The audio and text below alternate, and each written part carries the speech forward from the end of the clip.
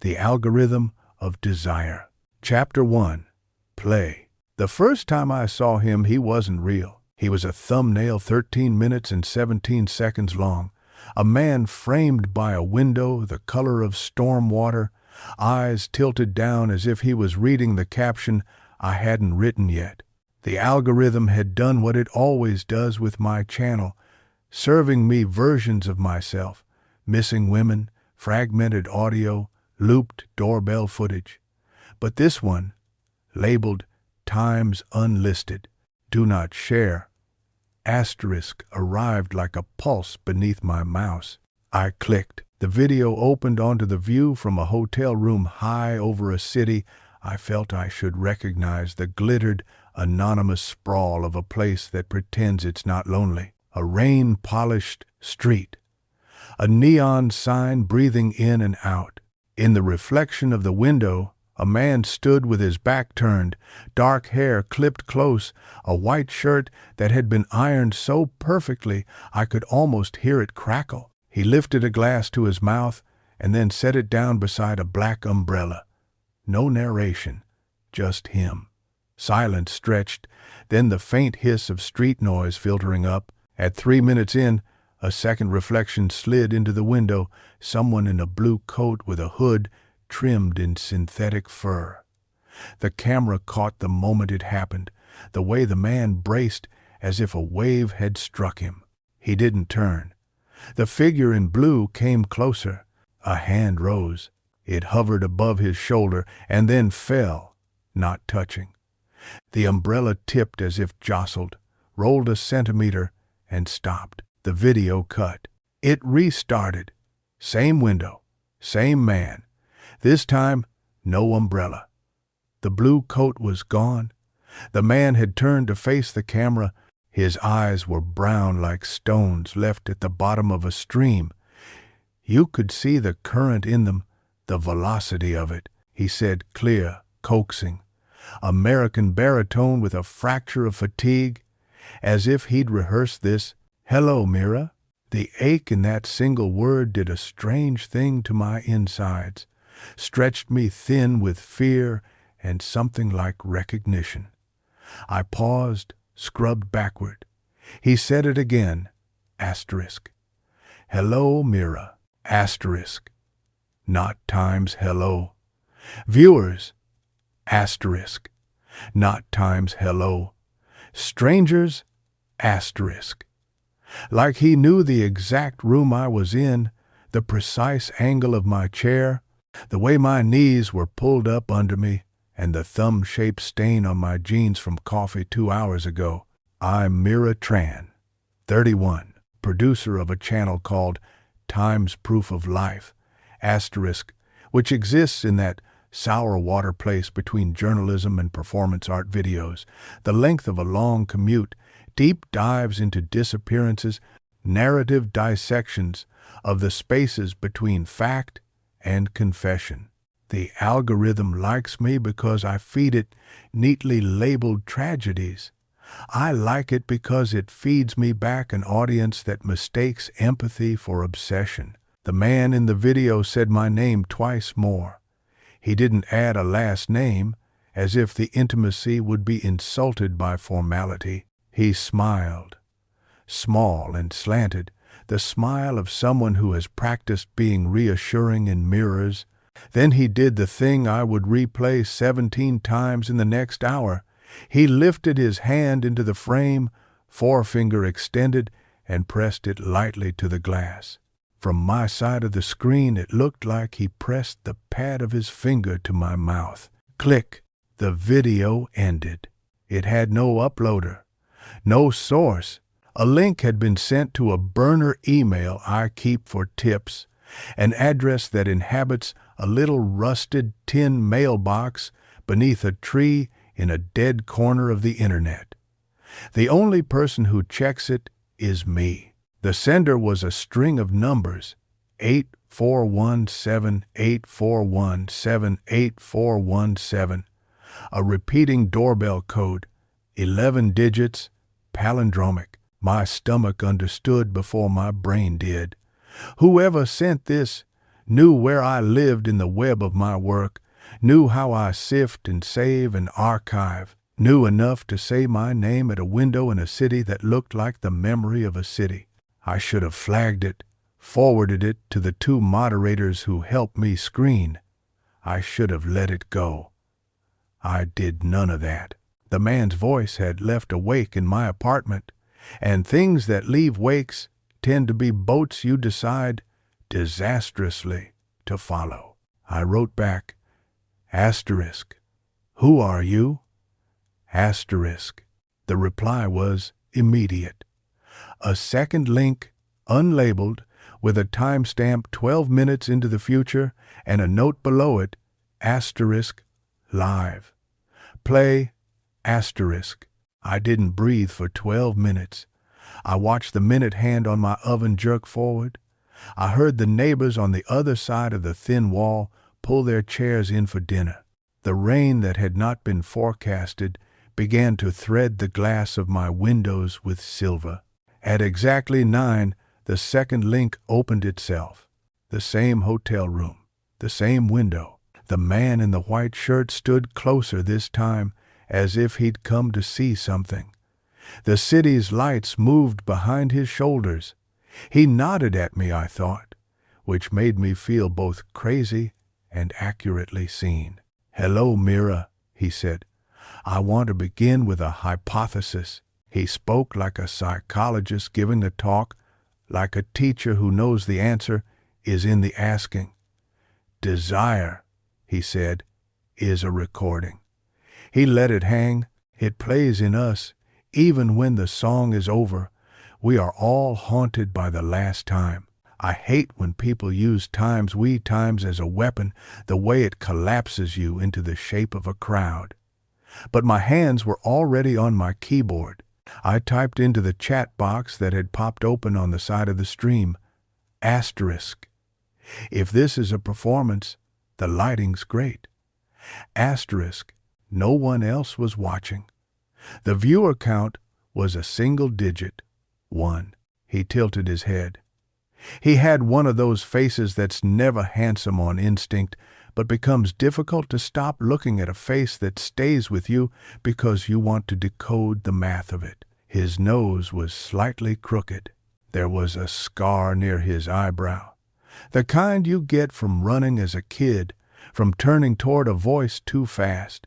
I won't waste your time, Mira, he said, and the way he said my name now made me feel like time wasn't mine to waste. I'm going to show you a man falling in love. I'm going to show you a woman disappearing. And I'm going to ask you to tell me if the 2 things are the same. He reached out and lowered the camera. The frame swung down past his shirt buttons, his belt, the dark line of the windowsill, until the city below carved itself into focus and intersection, a bus stop, a time delay of headlights streaking like comets. The lens settled on a woman under the neon sign I'd noticed earlier. The sign said times, INN times, but the first letter was gone. Just asterisk NN, asterisk. She was half in shadow, half inside a fall of pink light. She was holding a phone low in her hand, the way you hold a cigarette you quit last week. She looked up at the hotel as if counting floors. I leaned forward. I forgot to swallow. She's called Natalia in the police report, the man said. She uses Nat with her friends. She checks into the inn on the corner at 9:07, room 412. She gets a call at 9:15 and goes back downstairs. You can see why, can't you? As if obeying him, the camera held steady on a second figure, a man in a blue coat with fur-trimmed hood. He appeared on the edge of the frame, walking fast, not glancing up. He carried a black umbrella, even though the rain had stopped. He moved as if he didn't want to make a sound. Nat did the opposite. She dragged her suitcase wheels across the tile with a sound like coins. 9:17. The man in the blue coat stopped by the sign. The umbrella tipped. Nat smiled, wide and real. She was beautiful the way people are when they know they are being looked at and don't mind. She reached for his hand. He didn't take it. He lifted the umbrella and let it bloom, a black flower. Nat stepped beneath it as if stepping into a story that had been waiting. The video glitched. For a second, the pixels misaligned in a way that felt deliberate, and a geometry of squares slid across Nat's face so that her eyes were a column of darkened glass. Then it righted itself. The man in the white shirt breathed once, a small involuntary sound. "Tell me what you see," he said. I typed asterisk. Two people who know each other and have rehearsed not knowing each other. A woman who thinks she's safe. A man who thinks he's right. Asterisk, Mira, he said. If great love stories begin with a fear, what's the fear here? That she's invisible, I said, before asking the more important thing. Who are you? He smiled again, as if the question itself were an old song I'd finally requested. My name is Gabriel Vale. He let it be the kind of revelation he assumed I would recognize. And I am guilty, as in the Gabriel Vale, the psychologist who wrote Time's The Empathy Illusion, asterisk. The man who had once gone viral for a lecture about grief that made an auditorium of doctors cry and then hate him for it. A man the internet loves to quote and loathe in equal measure, which means the algorithm adores him. You're guilty of what? I asked. Of loving her, he said, of setting this in motion, of making you press play. He let the last 3 words start a metronome in my skull. Press play, press play, press. On screen, the man in the blue coat rotated the umbrella back and forth so the rain fell in different places, a magician's trick for moving attention. The camera, steady and unforgiving, made them small and important at once. The city had not noticed it was about to be a witness. She disappears at 9:51, Gabriel said. I called the police at 10:08. Why are you showing me this? I asked. Why me? Because you will not forgive me, Mira, he said, and I need someone who won't. There was a whispering under his words, a noise like paper being folded.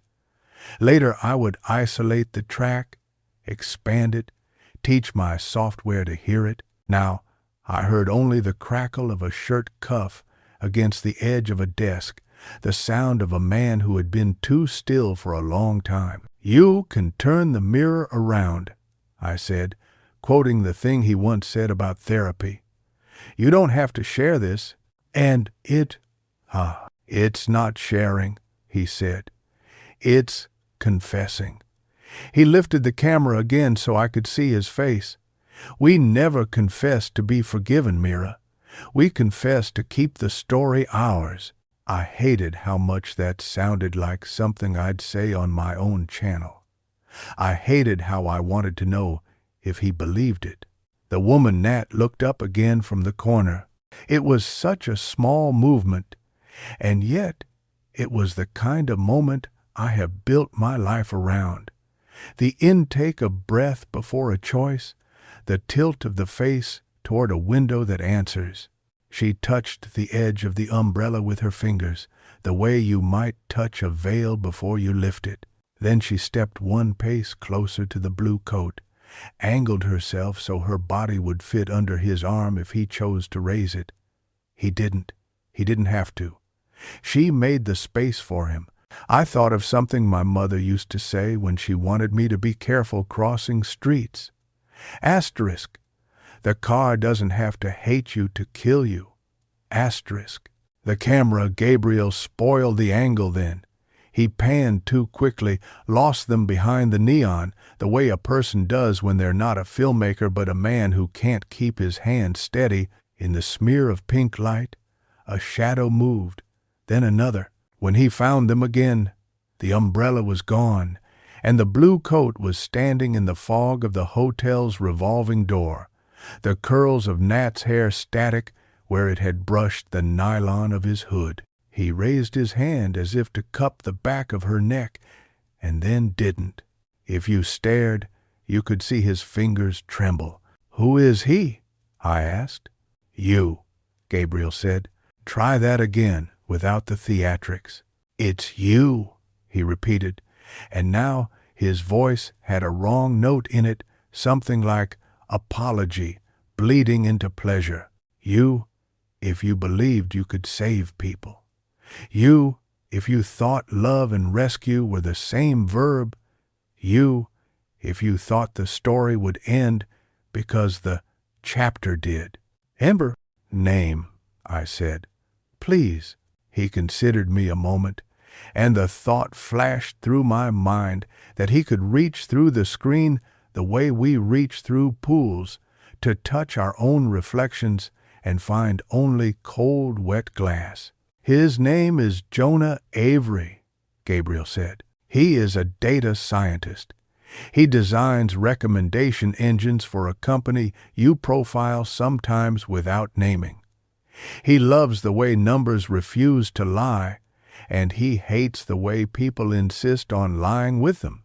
He has a scar near his eyebrow." "The scar belongs to you," I said. "I can see it." "And to him," Gabriel said. "Brothers?" I asked. "Twins?" "Neither," he said. "We're the same person at different times. If you can't tolerate that answer yet, Mira, pretend it's a metaphor." "I don't do metaphors when there are missing people," I said, even though my channel is a tangle of metaphors that behave like fishing line. "I do facts. Who is Nat to you?" He inhaled. I heard the sound he didn't make when he first said my name, pain. "A student," he said finally. "A subject. The woman my work hurt, the woman I love." I had once been in love with a man who spoke in categories like that, as if the sorting saved him from having to choose. I'd left when I realized I had become one of his folders. "Call the police," I said. "I have," he said. "They know my name. They like it when they write reports. But what they need is proof." He angled his head. "That's your job, isn't it? Proof of life." The rain picked up. Down in the street, Nat and Jonah, the man who was and wasn't Gabriel, moved into the black mouth of the revolving door. The door spun. Once, twice. The umbrella reappeared like a coin in a magician's fingers. When the door emptied, only Jonah walked back out. He looked at his phone. He typed something. He stared up, exactly once, toward the window where Gabriel watched. The line of his mouth did not move. He turned left. He walked out of frame. Natalia did not walk out again. I pressed my own finger to the glass of my screen where Nat's face had been a minute ago. I wanted to smear my prints across it as if I could cold case my own device. The view account remained at 1, which is how you know when something important is happening. There aren't enough witnesses yet. "What do you want from me?" I asked. "You," he said, "to see, to tell me when I started loving her and when I started killing her. Whether it's the same moment, whether that moment is a lie. You understand crimes," I said. "You understand times mens rea, asterisk. You don't need me to parse feeling." "I understand motive," Gabriel said softly. "I live there. But what I don't understand is seduction. You do. Your thumbnails are the opposite of accidents. Take." I ignored the insult folded into the compliment. "If I do this, and I'm not saying I am, I need access. Time stamps, the full archive, the ends layout, camera angles, the thing you aren't admitting you did." He nodded. "I'll give you everything." He looked off to the left, as if someone had spoken to him out of frame. He listened. He returned. "Tonight, I'll send the first batch. Tomorrow, there's something else. You'll come to the hotel. You think you can direct me?" I said. He looked down at his hand on the desk, turned it palm up. There were ink marks on his fingers that looked like a constellation. "I think you'll go where the story is." And it had, Marco. The stream hiccuped then, buffering, as if somewhere in the world a cable had been chewed through by a rat. The window melted into blocks and then reassembled. When it did, for a sliver of time I saw something I should not yet have seen. A lamplight behind Gabriel's shoulder, and in that light a picture frame, and in that frame the precise blue of a coat. "Don't," I said. He blinked. "Don't what?" "Don't pretend you're alone in that room." He turned his head, not enough to confirm, enough to calibrate. When he faced me again, he had put on the face people use when they shape the story to the size of their shame. "I'm going to end the stream, Mira," he said. "Watch your email, and what? And do not fall in love with the person you're trying to save," he said. "It is the surest way to become the person you're trying to stop." The video cut. This time the screen didn't go black. It went white, as if erased.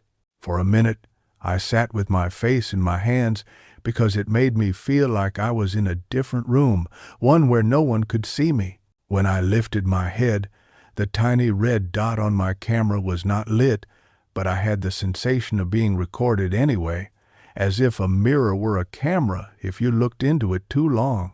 My phone, which I had set to Do Not Disturb, bubbled a notification through anyway. A new email, no subject, just the string of numbers again, 84178, 4178, 417. Inside it, a password, asterisk, Asterion, asterisk, and a folder link that resolved to a cloud address with a name that sounded like a prayer. I was supposed to wait, to take this into the morning when fear becomes a kind of thoughtfulness. But the algorithm that lives in me is savage for now. I opened the folder. Inside sat 10 files, each named with a time: 21/7, 21/15, 21/51, the last one, 22/8, the police call. I clicked 21/51. The file opened in a player that wasn't my player, a container that stripped out my keyboard hardware, that made me feel like a tenant in my own machine. It was the revolving door again. Gnat in the mouth of it, smile still curving but not moving, the way smiles curdle in paused frames. She turned. She entered. The door spun. A woman came out on the other side wearing a different coat. The door spun. It spun. It spun. I watched it spin after it should have stopped, as if motion itself were the trick. I paused on a frame where nothing happened. The scene my eye slid past, the mundane that holds the key because it is the only thing you did not worship with your attention. In the reflection of the glass, 4 floors above, a shape moved, gentle as a breath. Asterisk. Do not fall in love with the person you're trying to save. Asterisk. I think that is exactly what people like me do. We fall in love with the vanished because loving them makes absence a presence we can carry. We fall in love with the puzzle because we are the kind of people who mistake puzzles for maps. I collected my gear out of habit: a small audio recorder, a foldable tripod, a coil of black gaffer tape you can use to fix anything except yourself. I put on my coat that isn't blue. I left my apartment like a person who will return. By the time I reached the inn that had lost its first letter, the rain had become a fine salt in the air, a seasoning that found the metal taste in my mouth and stirred it. The lobby was underlit in the way of all mid-range hotels, a place that wants to be soft but ends up gray. 2 receptionists stood like bookends at a desk that had waited all evening to be important. "Hi," I said, which is always the wrong way to begin when your heart is beating this loud. "I'm looking for a friend, Natalia." The receptionist on the left had a name tag that said Sandra in small, exhausted caps. "We don't give out guest information." "She's a guest?" I said. Sandra, who had the face of a woman who reads the end of books first, pressed her lips together. "Are you a guest?" "I'm a journalist," I said, "because YouTuber Times isn't a sword that cuts the way you need it to." "Then you definitely know the policy," Sandra said, and a shadow behind her moved, and a man in a suit stepped out of the shadow. He had a part in his hair you could set a compass by. "Is there an issue?" the man asked. "I think my friend might be missing," I said. And that word, times, missing times, is the helpful bomb I throw into rooms so people will show me their true selves before they learn I don't deserve it. He looked at the clock. He looked at the door. He looked at me. "We can call the police," he said, and I thought of the file named 22-8, the sound a man makes when he realizes he can choose to tell a story or not. "Do you have cameras?" I asked. "Outside?" "Oh." He didn't answer. "You know the photographer Vivian Maya?" I said, because this is a thing I do when I need to pry something open with a charm instead of a crowbar. I tell a story that sounds like the one we're in but isn't. "She took a self-portrait in a department store window," I went on, "and the only reason anyone knows it's a self-portrait is because the light caught the edge of her face. Otherwise it's just the world, and she's vanished into it." He blinked, the way men blink when they enjoy being told a fact, but not when the fact is about a woman, an artist, a thing they did not know. "We keep recordings for 48 hours, he said. "For security only." "I'm not asking to take them," I said. "I just need to look for 10 minutes. He weighed me against a rule. He'd tried to calculate the harm I posed and the harm not helping might produce. He was a man who would never risk his job for a stranger, but he was also a man who would suffer if the stranger turned out to be the kind of person who makes strangers suffer. He lifted one hand. 10 minutes, he said, "and if anyone asks, you're looking for your umbrella." "I am," I said. "My umbrella is black." He led me down a corridor with thick carpet that swallowed our footsteps whole. The security office was small and lit blue by 4 monitors that showed different versions of the same night. He stood behind me with a key card pressed to the panel like a priest holding a book open. I leaned toward the screen labeled Times Exterior, NW Corner, Asterisk. The revolving door spun. People tunneled through it like swimmer-fish. None were Nat. "Back," I said. "A little." He keyed the reversal, the frames feathering backward, time performing its trick. The door unspun. People re-entered the lobby. A coat went from folded to falling. In the reflection of the glass, on the 4th floor, a rectangle of light brightened, and a silhouette stepped into it. "Stop," I said, and the man who had not asked my name stopped time for me. There, in the milky reflection, a man with a white shirt leaned his forehead against a pane of glass. He touched the window the way a person tests to see if the cold is ready to be endured. He did not turn. Behind him, in the lamplight, a blue coat lay across a chair. The coat's fur shone like the halo on a statue we pretend is not gaudy. "Do you see it?" I asked the man behind me. He didn't answer, but I felt him change. "Who is that?" he asked. "A hypothesis," I said. "Where's the elevator camera?" "Down," he said, and flipped a switch. A grid of thumbnails appeared, each a square of moving life.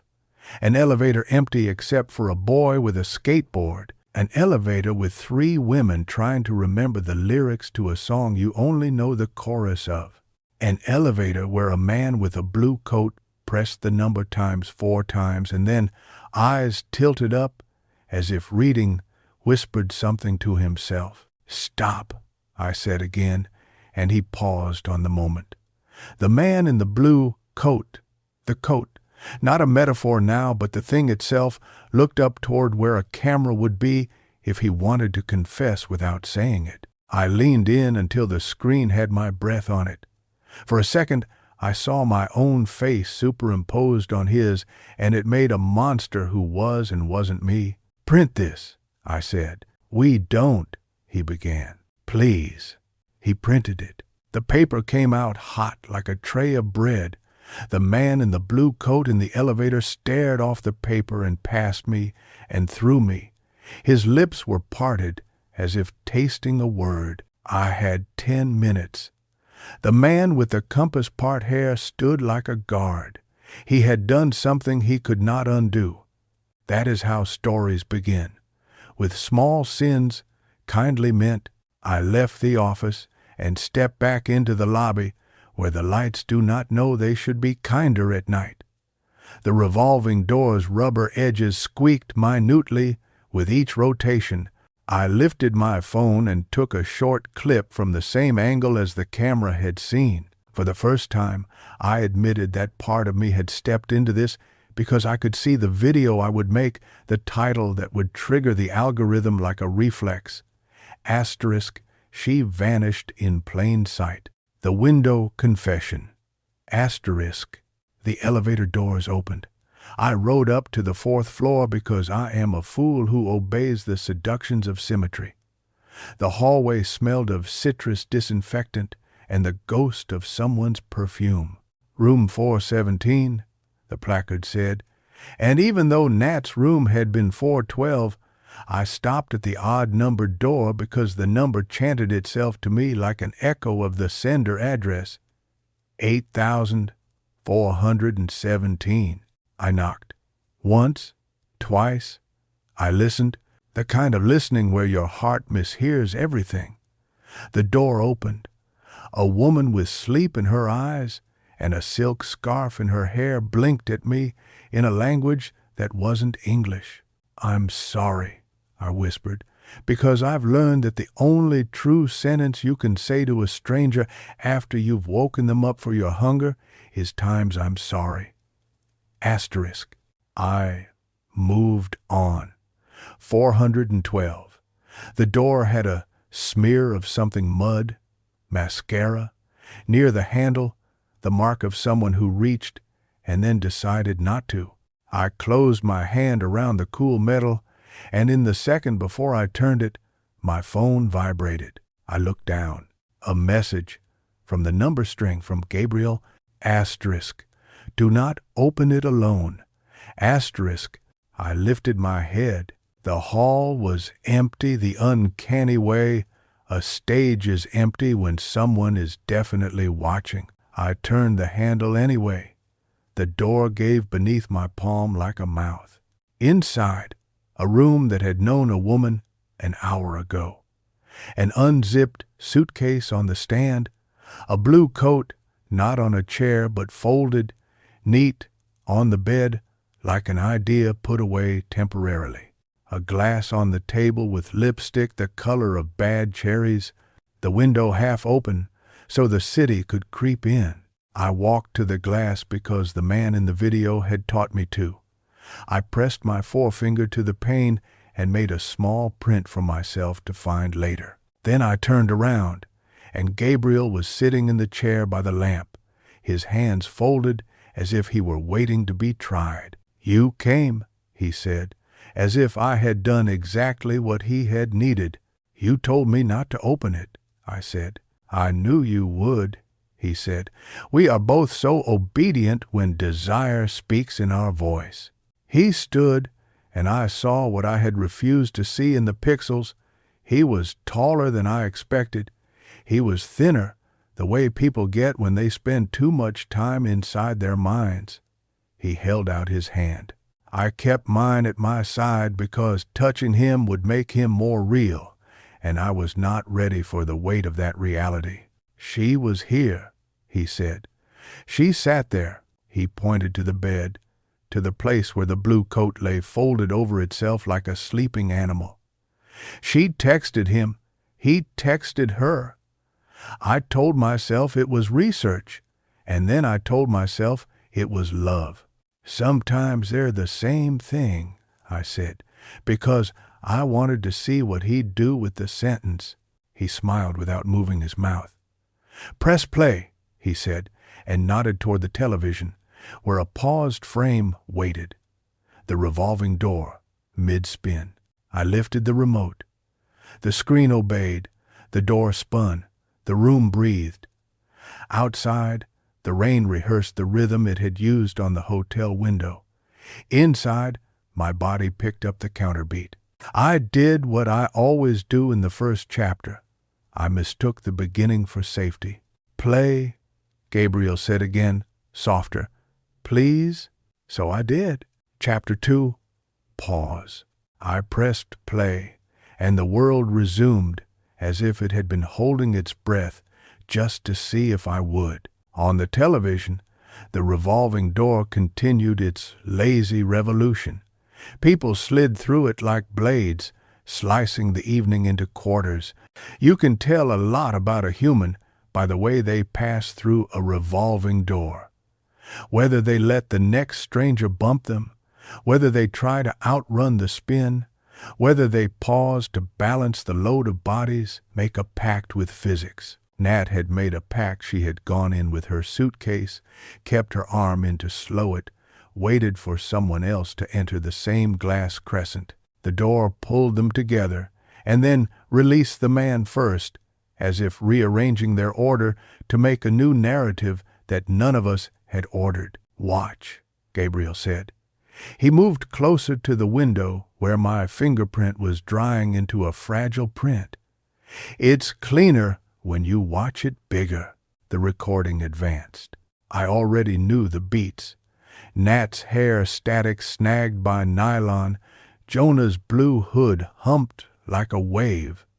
The moment he looked up at the camera in the elevator and uttered something I couldn't make out. But the television gave me something the laptop hadn't, the reflexive head tilt of a man trying not to be seen by himself. Jonah's chin tucked minutely into his throat whenever a reflective surface approached, as if he wanted to misshelve his face where the optics couldn't find it. In the lobby, he detoured around the gilt edge of a column. At the front desk, he stood slightly to one side to keep himself out of the polished walnut's glare.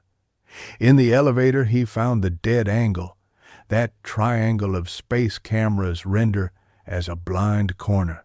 If the night had a choreography, he had learned it. People who hide in mirrors have already sold themselves the story, I said, my voice low. What story? Gabriel asked. He didn't sound like he was testing me. He sounded like a man asking for a password he had forgotten. That their reflection belongs to someone else, I said. So nothing they do to it counts. His expression didn't change, but his hand did a small flex, as if I'd pressed on a bruise I couldn't see. In room 412, Nat's suitcase was half full. A wash bag with citrus shampoo, a paperback with the corner turned down at page 73, clothing rolled with a soldier's pragmatism. These are the things you notice because you cannot stand to notice what you cannot see. Why did she check into this hotel? I asked. There are a dozen within 5 blocks. Cheaper, louder, safer, because louder. Because he picked it, Gabriel said. He told her the bar is good and the elevators are fast, and the 4th floor rooms have a view of the river if you lean. And you knew she would obey, I said, because you knew him. Because I know what I taught, he said. He had put the blue coat back on the bed, like a stage prop whose absence would be noticed. I walked to it. It wasn't new, There were threads coming loose at the pockets, one sleeve darker with old rain. On the collar there was a smear of makeup the color of bad cherries, as if someone had fumbled it when the mouth was otherwise occupied. "How many women?" I asked, keeping my tone as neutral as an intake interview. "How many studies? How many gnats with different names?" His mouth, the pretense of a smile abandoned. "You want a number," he said. "The internet loves numbers. They absolve you from knowing the faces." "I want scale," I said. "Scale tells me motive." 3 studies, he said. 42 participants in the first, 60 in the second, 70 in the third. We lost 6 to attrition. We lost 2 to... He didn't finish. "Lost," I said. "The way we say it when the object is gone and the subject can pretend he didn't drop it." He turned his head as if I'd opened a window and let in noise. "You wanted access," he said. "I brought it to you. You wanted the part of the story people hide. It's here. Do your work. Don't mistake me for your client." "What are you?" I asked. He surprised me by answering without anger. "A witness with privileges," he said, "and a man who woke up late." The room watched us with its own eyes, the black oval of the television, the square of the window, the round pupil of the smoke detector blinking its every few seconds red. I looked for the camera that would betray a secret recording, the lens that would make this a trick. I didn't find one. The thing about watching people for a living is you give them permission to watch you back. Eventually, everybody thinks that's fair. "Tell me about Asterion," I said, and his body did a tiny jolt, as if I'd dropped a glass nearby. "Don't be theatrical, Mira," he said after a beat. "You know the myth."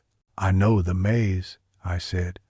"What I want is the engineer." He walked to the desk and opened the top drawer, the way people open drawers when they already know the contents. Careful, anticipatory, slightly guilty.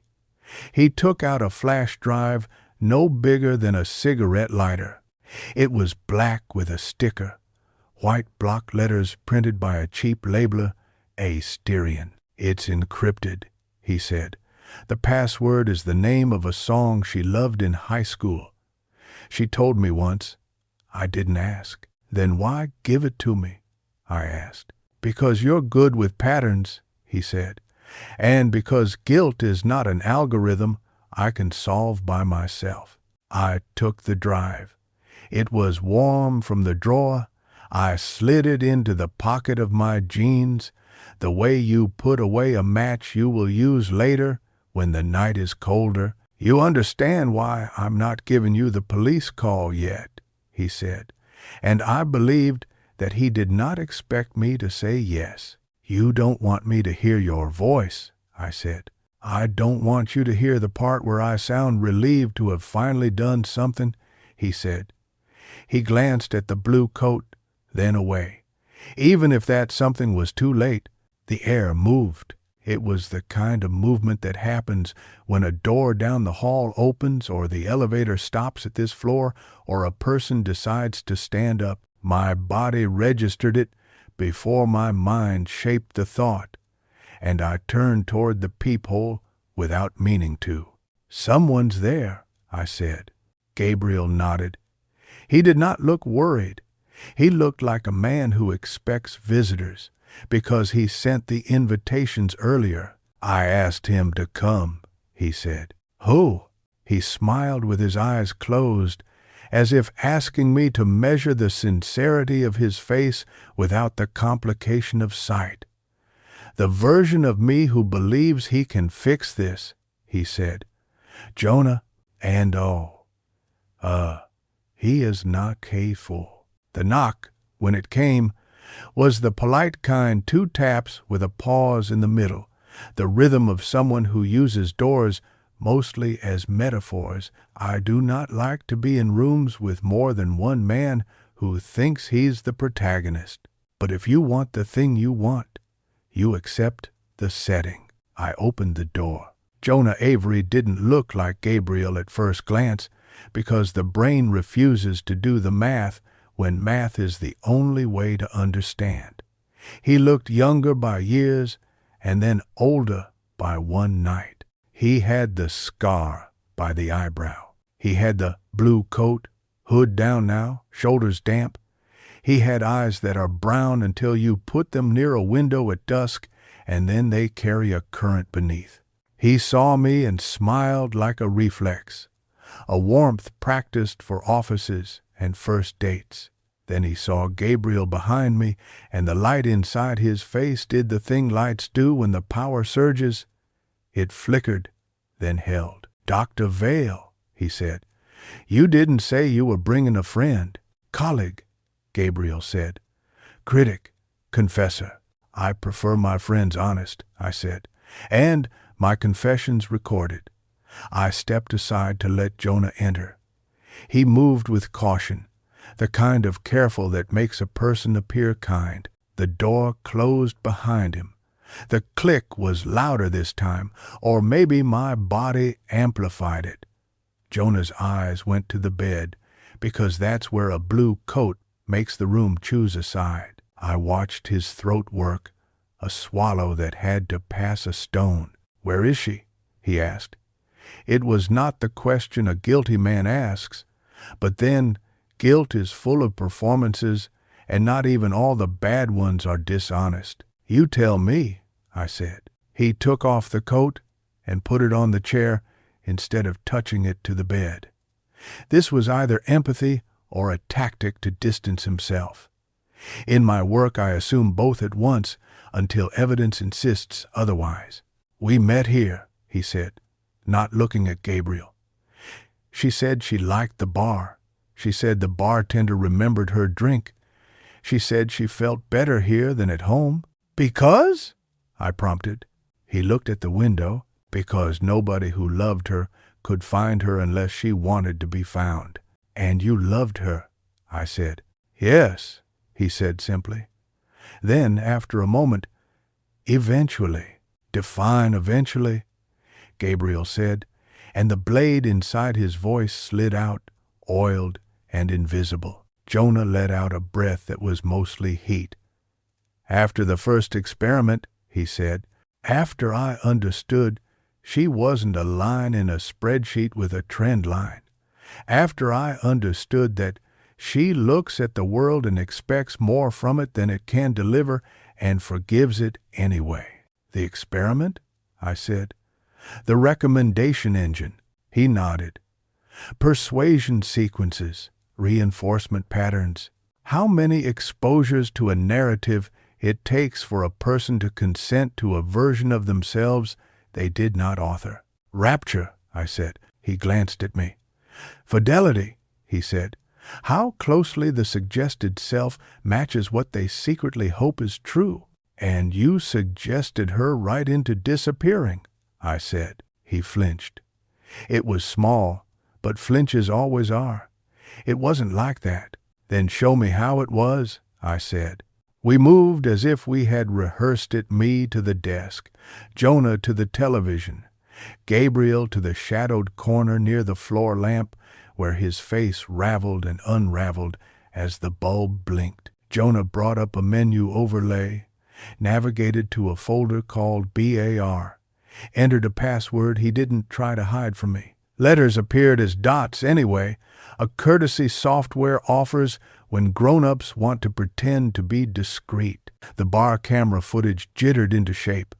The inn's bar was all reflective surfaces and dark wood designed to look like intimacy. A bartender polished a glass because bartenders in sad hotels always do.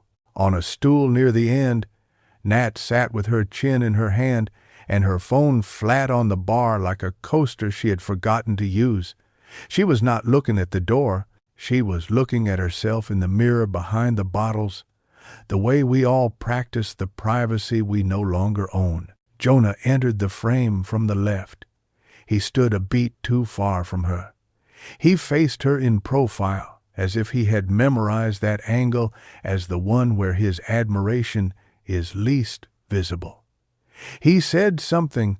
She laughed into her fingers. Audio? I asked. Not on this feed, Jonah said. But on this one, he toggled, and I watched sound appear as a wave, then settle into words. It's like being inside a snow globe, Nat's voice said, smoky bright. If you shake it hard enough, maybe the right town appears. You have 7 towns in you already, Jonah said. You just need a map. Hand on. Good, she said. I like men who come with geography metaphors. Cartography, he said, flirting the way people do when they want to show what their degree is worth. I like women who can hold 2 places at once. I closed my eyes. My body felt the shape of that sentence. It fits too many keys. What did you want from her? Gabriel asked Jonah. And it could have been a father asking a boy at his door what his intentions were with his daughter, if fathers were men who taught you how to engineer desire and then asked you not to. To see her, Jonah said. He didn't hesitate. Without the debris. And what did you want from him? I asked Nat's ghost under my breath. Jonah turned to me, as if I were the only one allowed to hear a certain kind of answer. Forgiveness, he said, for not being the person he taught me to be. You're both in love with the same woman, I said, and with the same idea of yourselves. We're in love with the same absence, Gabriel said, barely loud enough. The bar footage continued. Drinks appeared and emptied. The bartender's face went through a dozen expressions of professional boredom. Nat scooted her stool a blister width closer to Jonah's. He pointed at something on her phone. She nodded the way people nod when they've already decided yes and want you to think they're still thinking. At 9:15, she answered a call. I'm downstairs, she said into the phone, and I heard the quickening in her voice. I have heard in too many women excitement braided with obligation, the seductive thread of danger we mistake for agency. Okay, she said, okay, twice, as if she could convince the future by repeating a syllable gently enough. She left the drink half full. She left her bag by the stool. She took her phone. She went to the revolving door where you can watch a person vanish without them ever noticing it happen. Jonah watched her go and did not follow. He walked to the bathroom like a man who must perform the ritual that makes him feel like a person who did not just miss the only exit worth taking. When he returned, he looked at the stairwell as if measuring whether his running would count as running toward or running away. What did you text her? Gabriel asked. Jonah's mouth went flat. Come back up, he said. I put my room number in. I justified it with 10 lines of code I'd already written in my head. We were silent long enough for the air to taste different. Rain found its way through the half-open window, a fine mist that landed on the blue coat and made little dark ovals, reversed stars. You understand why I can't be the one to call the police again, Gabriel said after a minute. They will assume I staged it. They will be right. You staged some of it, I said, but not the thing you wanted to. What did I want? He asked. Absolution, I said. From her. He nodded as if I'd read the only line that matters. You're both going to hate me, I said, and Jonah smiled without humor. We already do, he said, and we need you anyway. I took out my phone and called the number in the report. The detective on the case was a woman named Orla McHale, with a clipped Boston leftover in her vowels, exiled into my city for reasons a transfer file would not explain. She picked up on the second ring. This is Mira Tran, I said. You know the channel? You'll roll your eyes after you hang up. Do it then. Right now, I need you in room 412 at the inn on the corner of Market and Bay. You got a body? She asked, and it was not cruelty. It was triage. I have 2 men and a blue coat, I said, and a missing woman whose case number just became interesting. Interesting how? She asked, and you could hear the weariness leaning against the curiosity like an old friend who talks you into one more drink. Because you're going to find all the cameras, I said, and then you're going to find another one in a place nobody thought to look. And then you're going to wonder if I put it there. I didn't, but I know who did. Who? She asked. The algorithm, I said. Cool, she said. I'll bring cuffs for God. She arrived in 12 minutes. She had a partner who stayed in the hallway and talked sideways into a radio. Orla was small and held herself like an elbow you'd prefer not to bump. She took in the room, the men, the bed with the blue coat. The television paused on a face that could be gratitude or fear depending on whether you were feeling generous. She let the silence introduce us and inform her. I don't like your videos, she told me without malice, but they make my mother call me, so I guess that counts for something. My mother doesn't call me, I said. She's the smart one then, Orla said. She turned to the men. You're the doctor. You're the data boy. Scientist, Jonah said reflexively, and she flicked her gaze to him, letting him know she'd enjoyed the correction and had bought nothing for it. Walk me through it, she said. And I did, because I've learned how to tell the story to the people who get paid to be suspicious of stories, and sometimes you have to borrow their suspicion so you don't drown in your own. She listened, her eyes doing little ticks at the edges when something didn't fit a pattern she preferred. When we got to the footage of the elevator, she stepped closer to the screen. Enhance, she said to nobody, then snorted at herself and leaned so close her breath fogged the glass.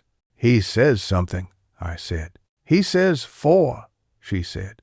This isn't a noir film. You're not supposed to pretend you can't hear him and then hear him in a dream. He says 4, Jonah agreed. He pressed 4. You already told me that when we met downstairs, Orla said.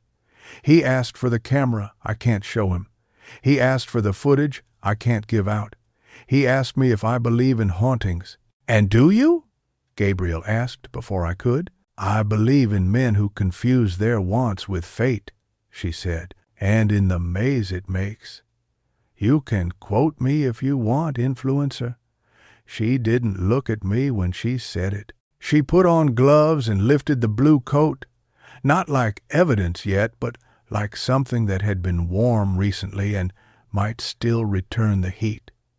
From the pocket she removed a folded piece of paper. She unfolded it using only her index fingers, the way a person handles a relic. On the paper, a map of the hotel's 4th floor, a small red dot at a corner where the hallway turned on itself, a second red dot near room 417, a third dot drawn outside the elevator.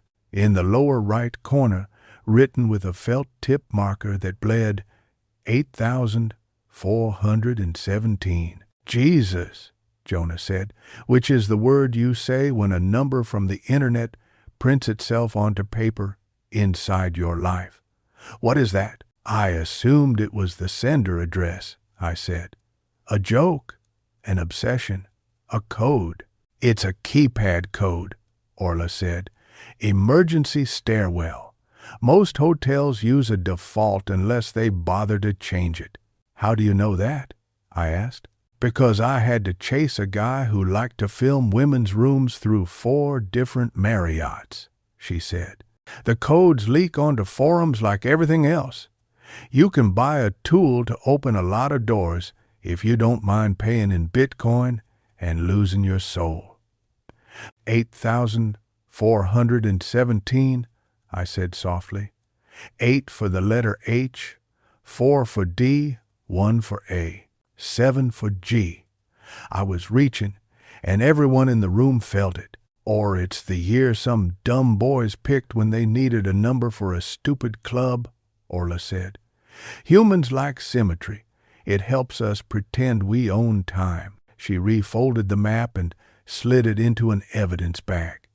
She took my number and told me not to publish anything, which is like telling the sun not to get up. I promised to send her the links. She asked for the drive. I didn't hand it over.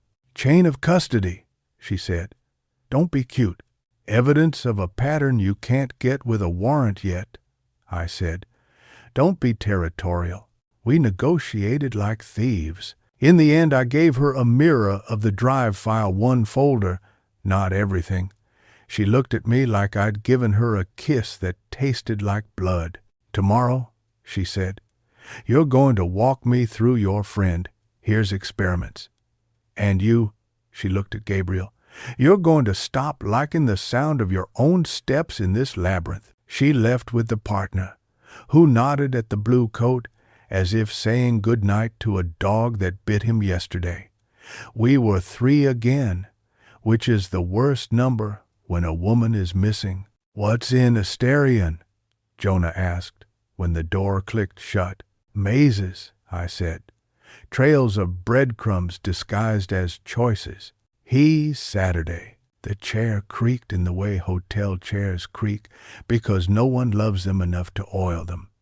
I didn't mean for this, he said, and it would have sounded more like a lie if he had offered me a reason. What did you mean for? I asked.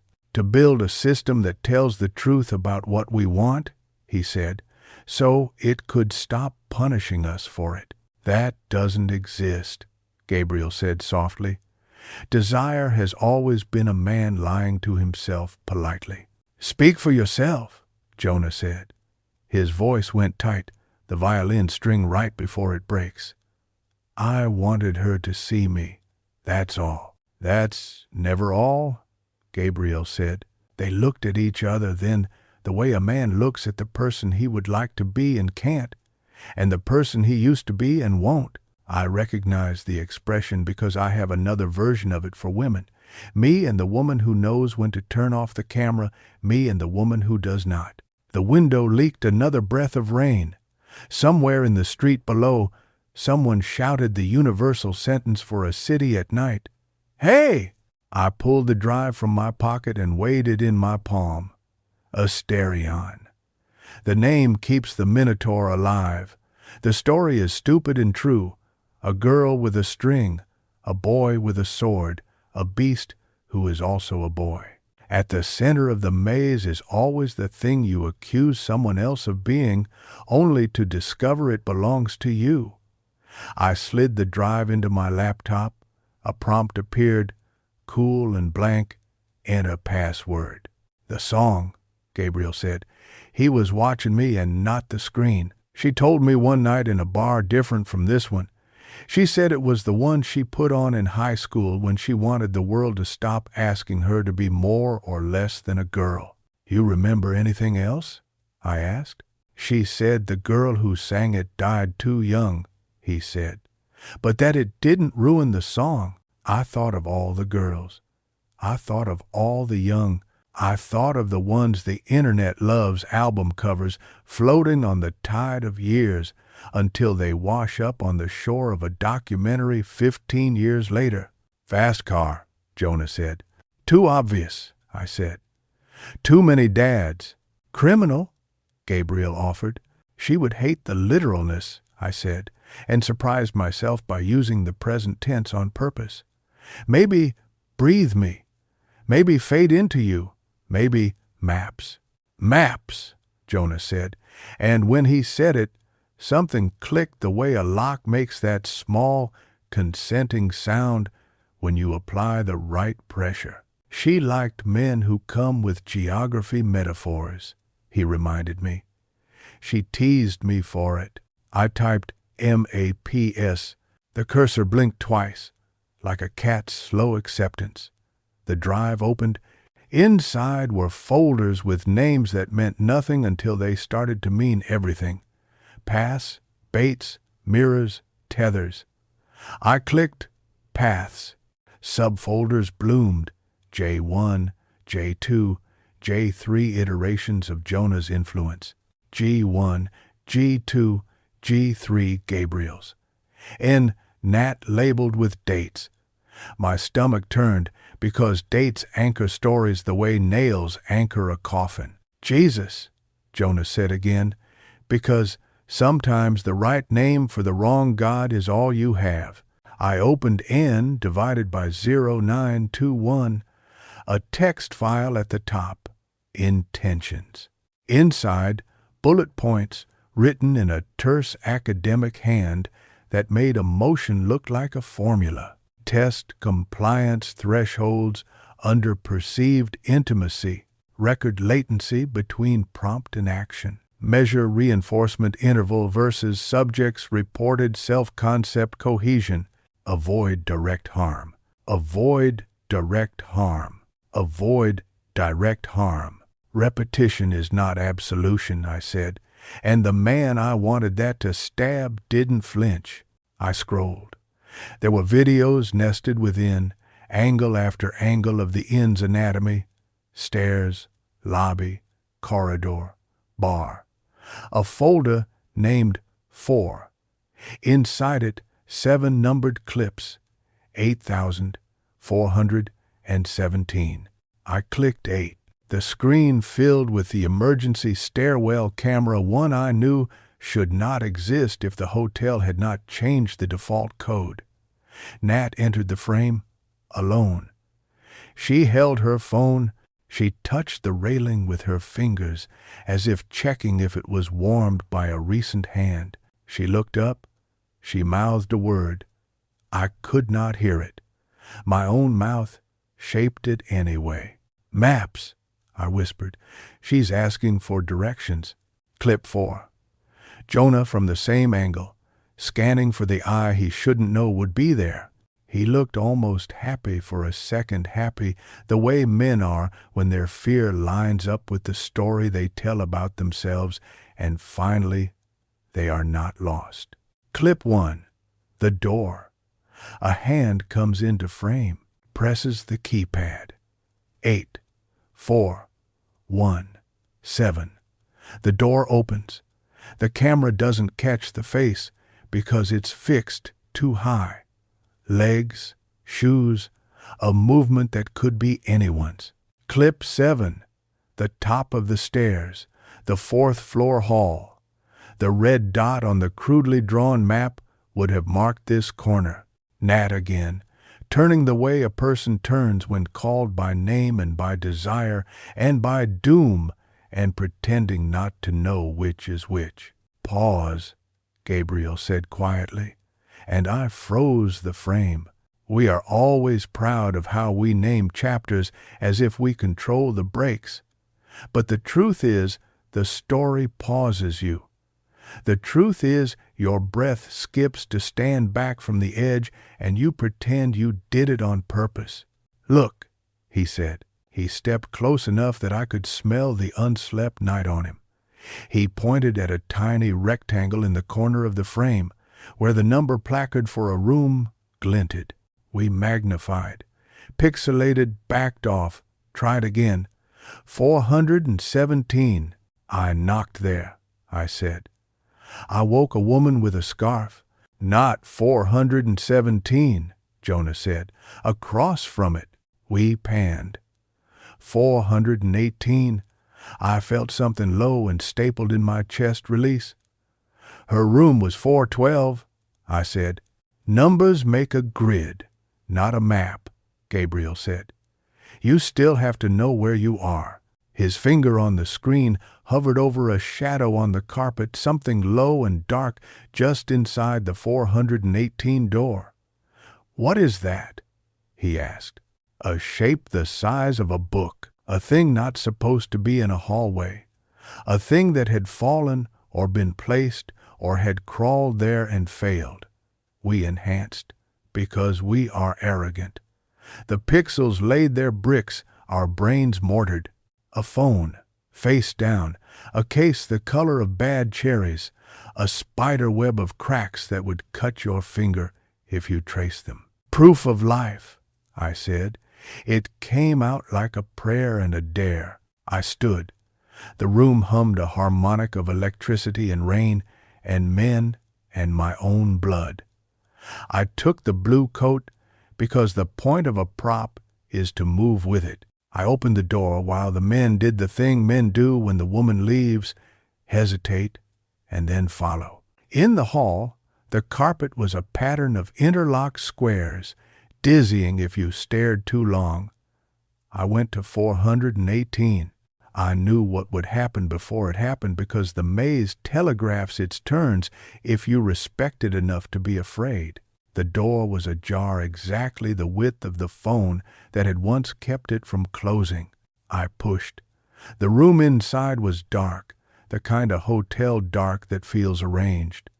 I switched on the lamp and saw what I had known since I let myself be led up here by a man with a label maker drive named after a monster. Room 418 was not a guest room.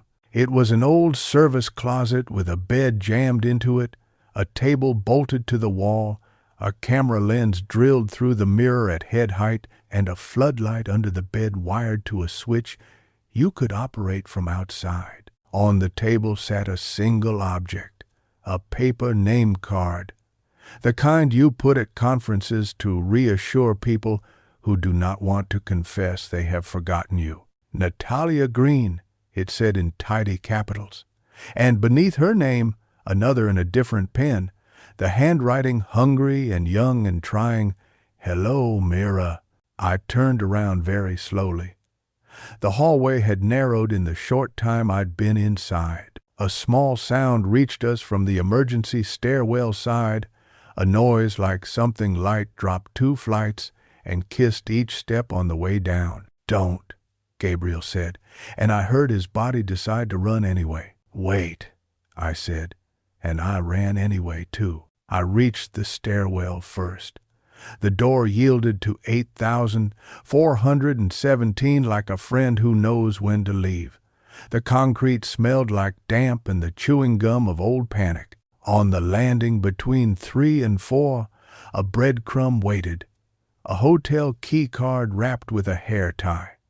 On the landing between 2 and 3, another. On the landing between 1 and 2, nothing. The door to the alley stood open at the bottom, breathing in and out with the city. We stood there, all 3 of us, breathing with it. We listened, the sound of a woman's footsteps moving away when they were supposed to come closer. I looked at the hair tie, black and stretched and still a little warm. I felt my body reach for the story in which you arrive in time. The story in which a woman who has told the truth about herself to nobody tells it to you because you ask like a person, not like a camera. "She's making you choose," I said, and the words startled me because they were too familiar. "Between?" Jonah asked. "Between the person you think you are and the person you have already been," I said. "Between the maze and the thread, between love and the story. Isn't that the same choice?" Gabriel said, his voice soft with something that might have been respect for her or might have been grief for himself. "No," I said, "not if she made the maze." The door at the bottom swung, 6 inches inward, 6 inches out, a metronome for nobody's song. I tucked the hair tie into my pocket like it was a plan and not a relic. Behind us, in the corridor near 418, a light went out. We turned in unison. The bulb hummed back in, dimmer, like a pulse settling. I realized then what had been wrong since I walked into this building. Not the cameras, not the footage, not the men, the smell. Hotels smell like anonymous soap with something melted over it, toast, fear, sex, stale joy. This one had a second note tonight, buried under the citrus and fabric conditioner, ozone, the sharp edge of hot plastic, the scent of a machine that has been asked to do more than it was designed to. "She's overclocking your maze," I said to Gabriel. "She's recording the recorder." He actually looked, and I saw the admission arrive on his face and take the chair. "That's why the mirrors," Jonah said. "That's why the angles," I said. That's why the trick with the revolving door, not to vanish, to show you how easily you believe she did. We stood with the understanding of it. It was terrible and elegant. It was love and it was vengeance. It was art and it was evidence. It was a woman saying, "Here is the room you made for me. Watch how I leave it." The drive in my pocket felt heavier. The number 8417 pressed its shape against my thigh. If you relaxed your jaw, you could almost sing it. "We're not going to catch her tonight," I said finally. It tasted like failure and like an invitation to stop lying. Jonah knuckled his eye the way boys do when they need a second. "What do we do?" "We stop playing the game she expects," I said, and hated how much of my voice carried the relish of an opponent, not the tenderness of a rescuer. "We go back to the hotel room. We do nothing. We watch. We let her tell us which door she wants us to open." "You think this is consent?" Gabriel said. It wasn't an accusation, it was surprise. "I think she's smarter than your experiment," I said, "and then your algorithm, and then my thumbnails." We climbed back up, 3 bodies making their little storm in a concrete cylinder. In 412, the blue coat was where I'd left it, but the glass on the table had shifted a centimeter toward the edge. The lipstick smear now a mouth you could interpret however you wanted. On the television, the paused frame had unpaused itself. The staircase camera played, but from a different angle than the one Orla would pull. The overlay in the corner bore a logo I did not recognize, a stylized labyrinth, the negative space forming a heart. "Jesus," Jonah said for the 3rd time. "Stop using other people's names," Gabriel said, but his eyes were kind. I sat on the bed, and the room sat with me. I took out the drive and placed it on the table.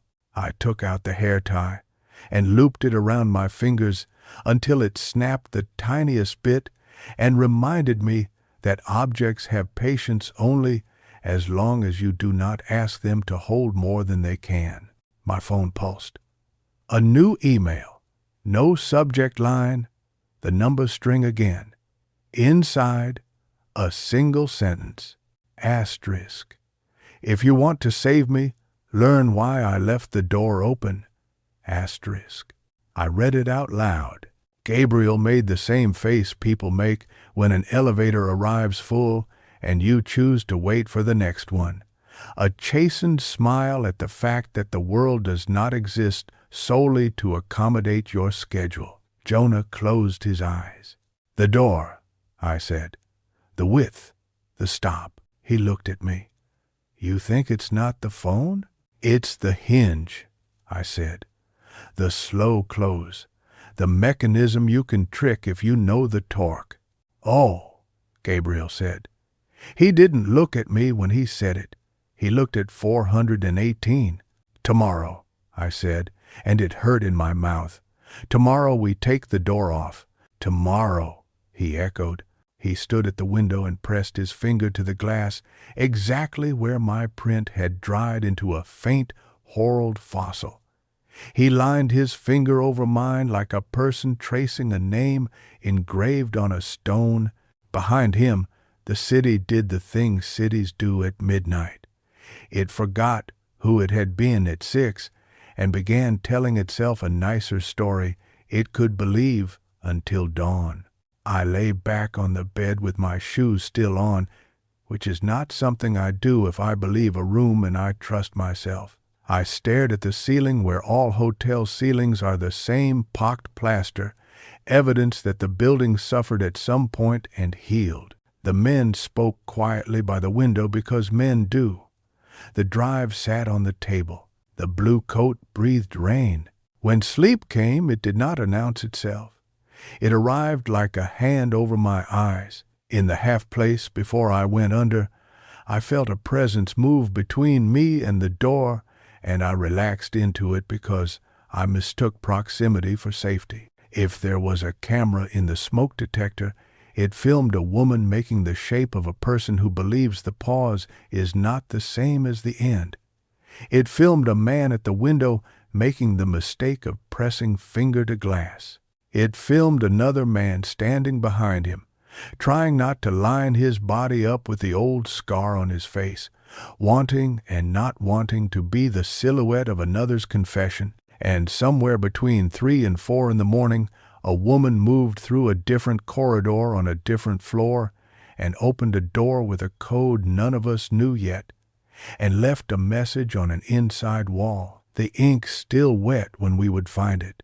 "Hello," it said.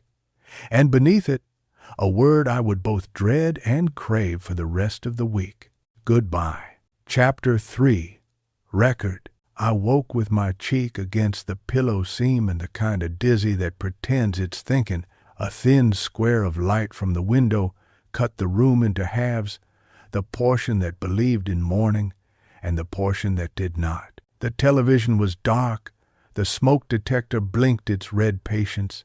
The blue coat had slumped off the bed and made the sound soft objects make when they surrender to gravity. Gabriel was where men go when they don't trust sleep.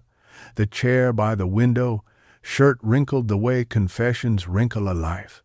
Jonah lay on the carpet with his arm over his eyes, his body arranged in the careful geometry of a boy who didn't want to take up too much space.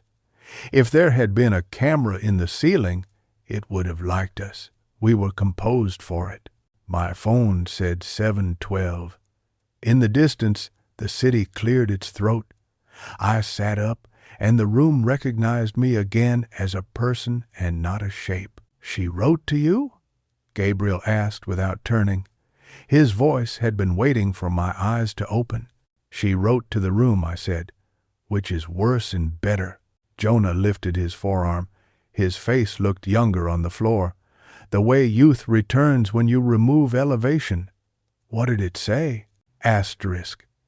"If you want to save me, learn why I left the door open." Asterisk. "We take the hinge off," I said. "We record what the door does when we stop pretending it has feelings." Gabriel stood. The joints in his back sounded like small rain. "Or we do the thing men like us never do," he said. "We wait." "I know how to wait," I said. "I just don't like it when it's not my idea." And we were still arguing with the air when Orla knocked. She had a paper cup of coffee that she didn't offer to share, and a look that said she'd talked her partner into letting her come alone because he had children and she did not. "Morning, Internet," she said. "What did you break while I was asleep?" "The spell," I said, before remembering that spells don't break because you name them. They break because someone decides to pay the cost. She set the coffee down on the table and it left a ring, which the hotel would later charge to no one. "Walk me," she said. "Use nouns." I told her about the email, the hinge, the stairwell, the idea that the maze was running us and maybe had been for longer than the evening. She listened, eyes half-lidded to conserve power. "She's leading," Orla said when I finished. Finally, a woman choreographing for the camera and not choreographed by it. "I'll make a note in the file and send it to my daughters I don't have." "You sound like you approve," Jonah said, and his tone put a small fence between them. "I approve of victims who refuse the role," Orla said. "It makes the paperwork a disaster and my job interesting." She took off her jacket, and it changed the temperature of the room by an imaginary 3 degrees. "All right," she said. "Let's take the door apart. And he will bad air. Enfant, there is something about the act unscrewing a hinge in a hotel room with a police detective who is not going to mention that her department prefers warrants for everything that feels like both a sacrament and a petty crime. It took 4 screws.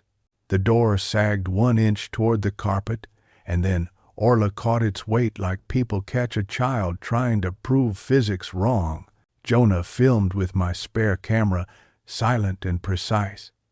I filmed with my phone at floor height because most truths are only visible when you're willing to kneel. Gabriel recorded in his head, where the edits are dangerous because no one else can see the cut. Slow close, Orla said as we eased the hinge free. Most models swing to a stop at precisely 90 degrees and then jog a hair the wrong way before coming to rest. Jonah crouched by the jamb. "There," he said, pointing to a plastic cam under the upper hinge plate. "Counter-torque spring. If you wedge something light at just the right moment, you can hold the door open barely without a phone." "Like the corner of a card," I said, thinking of the hotel key at the landing.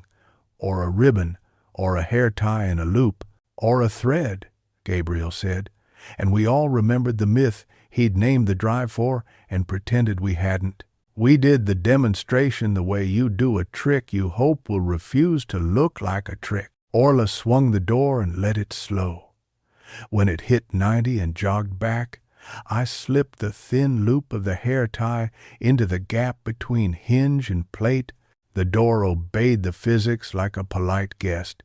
It stilled, not quite closed, not quite open, an invitation disguised as indecision. Jonah filmed the gap. On the screen, his own hand watched itself hesitate and then work like a surgeon. He stayed quiet with an effort you could taste, the effort of a man who very badly wants to narrate in order to exist. "There," Orla said. "She left the door open because she could, because it was an option available, because she wanted us to know she knows us," I said. "Because she wanted to pass through without consent," Gabriel said, and his face registered the paradox, then rejected the word. "I mean without permission," I said. "From the room, from you, from the algorithm. For once she wanted none of us to authorize her movement." "You think she needed permission before?" Jonah said. "I think the world trained her to ask for it," I said, "and then punished her when she did." We stood in a halo of unmoored door. Orla touched the hinge with a fingertip, very lightly. "Let's go look at 418 again. I had a tech in there at 6. He says the mirror's a cover. Someone mounted a pinhole on the wall 3 years ago and took it out last week. We're going to look stupid on the stand if this case ever goes to trial, which it won't." "Why not?" Jonah asked, and the question was earnest enough that I pitied him a little. "Because the victim left," she said, "on purpose." "Coercion," Gabriel said too quickly. "Consent," Orla said too cleanly.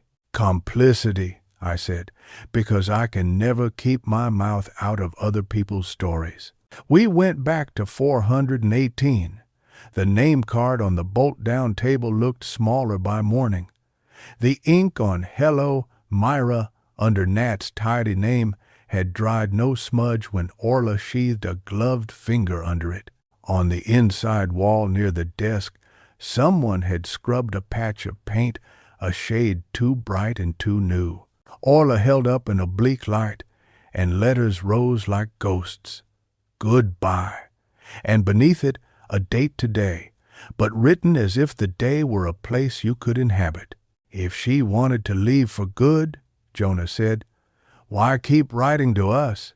"Because leaving is only half of the performance," I said. "The other half is making sure the people who watched you stay have to learn to move." "Did she write you again?" Gabriel asked. I checked my phone. A new email, 11 minutes old, no subject. The number string again, asterisk. "You are in the wrong room. Check the ceiling." The room did that thing rooms do when you realize you have not been paying attention properly. It rearranged the light to show you where you had failed. I looked up. The ceiling of 418 was not the pocked plaster of 412. A square had been cut and replastered neatly a hairline seam. In each corner of the square, a screw head dimpled the paint. "Ladder?" Orla asked. And Jonah had one in 6 minutes, because this hotel kept a closet for maintenance on the second floor, and he looked like the kind of man who could talk his way into any closet. We unscrewed. The square came away with a sigh, and beneath it sat the kind of thing that makes a detective both grateful and furious. A nanny cam, the size of a paperback, Wi-Fi antenna, battery pack taped flat, the cables tidy like a person who respects craft had placed them. The casing bore the same stylized labyrinth heart I'd seen in the corner of the mysterious feed. "She's got her own rig," Orla said. "She's not playing on yours." "Or on the hotel's," I said. Jonah held it as you hold an egg you wish were a bomb. "This isn't cheap," he said, "and it isn't amateur. She had help, or she helped herself," Orla said. "People with good brains don't need permits from men to learn things." And the device indicator pulsed faintly, not quite dead. I checked my phone again. Another email, as if she could see the exact moment our eyes hit the little green light. Asterion has an exit. You decide what you call it. Exit? Jonah said. He'd learned to say certain words like they were new and might bite. Emergency door, I said. Egress, getaway, choice, death, Gabriel said. We froze the way people freeze when someone speaks a feared noun near them, and you must show it you will not run. She's alive, I said. I put my certainty into the room like a coin. This is not a death ritual. It's a ritual for becoming. That is worse for your likes, Orla said. Resurrection never performs as well as tragedy. I don't care, I lied. You will, she said, but she said it gently. Back in 412, the hinge lay like a small dislocated limb on the desk, screws lined in a row like teeth. I opened the Asterion drive again and went to tethers. Inside, a file called Heart. Inside that, an index of MAC addresses and IPs and one string of numbers that matched nothing until I understood I had to read it backward. Asterisk 7,148. Asterisk. Cute, Orla said. Your palindromic boyfriend sent you a friend. Please, I said, because the word boyfriend made an ache move inside my ribs that I refused to identify. I typed 7,148 into a login prompt on a local host window that had appeared the minute my laptop sniffed the nannycam's network. The device served me a dashboard with 5 feeds and a 6th box that said, offline until you deserve it. In the top left feed, the revolving door, but from across the street, 2 floors up, a patience of angle that only a person who had worked at Desire could locate. Top right, the emergency stairwell from above, a perspective the hotel cameras didn't own. Bottom left, the 4th floor corridor, the camera nestled in a wall sconce, bright halo turned to surveillance. Bottom right, the bar mirror again, but the lens was tucked inside a bottle of top-shelf gin. Center, a black square with a red dot that did not blink. Internal mic, Jonah said, leaning. Room 412, the one we're in. I looked toward the smoke detector and felt foolish for ever thinking it was fancy enough to be evil. Evil, like love, knows better than to overstyle itself. Your choice, the email had said. You decide what you call the exit. An IM window opened on my screen without my consent. A single line of text appeared, tagged with a handle that made me laugh because I was scared. At threadbare, asterisk, you looked up, good girl. Don't post me. Asterisk, Nat, I said out loud. Jonah looked like he'd been made to drink salt. Gabriel closed his eyes. Orla didn't. You're speaking to a bad decision, she said to me. Ask better questions than why. My fingers moved on the keys the way they do when someone else has given them permission. Fine, I typed. Asterisk. What do you want me to do? Asterisk. The reply was instant. The cursor must have been waiting under my skin. Asterisk, stop being a rescue. Asterisk. Asterisk, start being a witness. Asterisk. How will I differ? I asked the room. You will get less credit, Orla said, putting the lid on her paper coffee, which meant she was staying. Another line from @threadbare. Asterisk.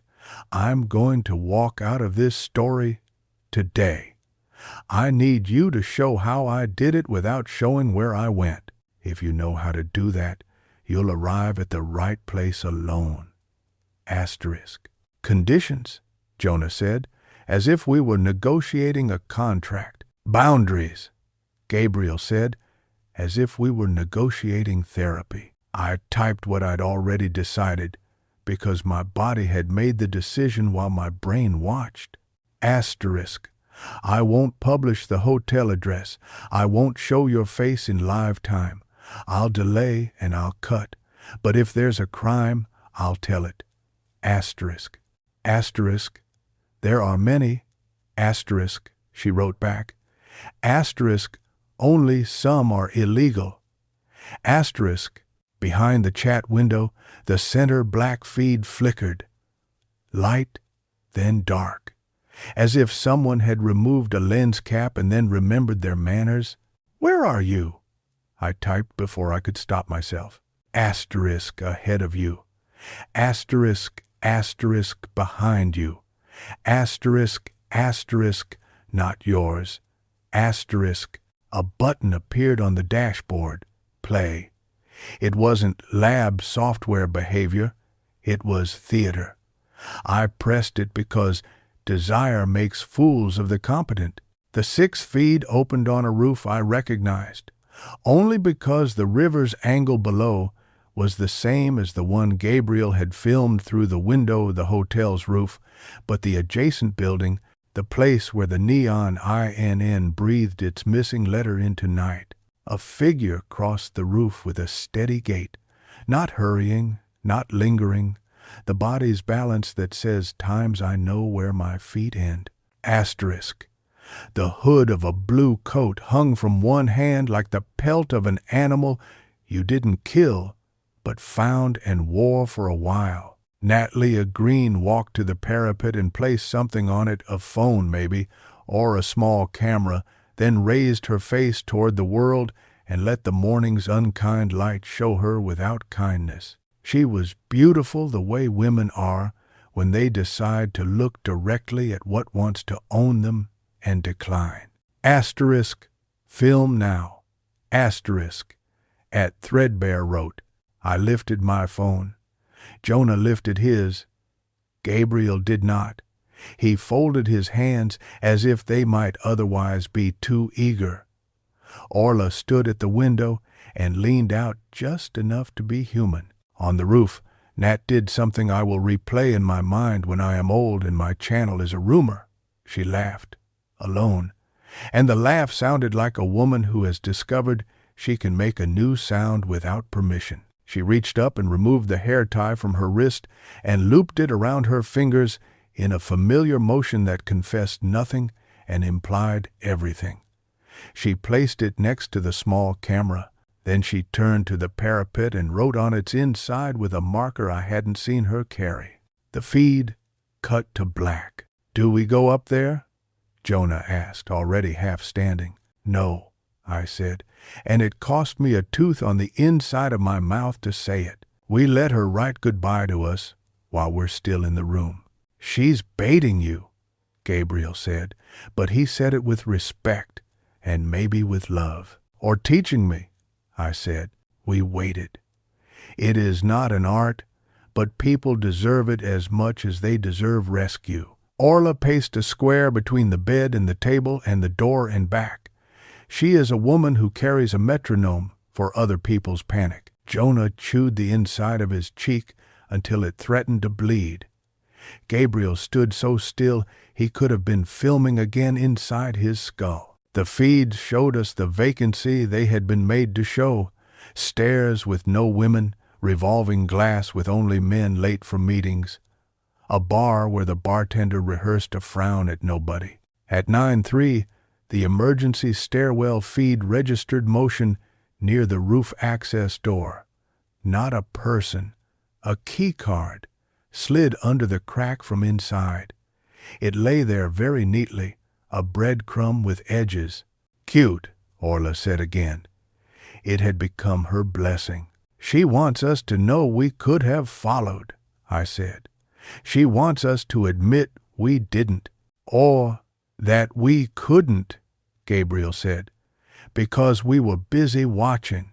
I typed, asterisk.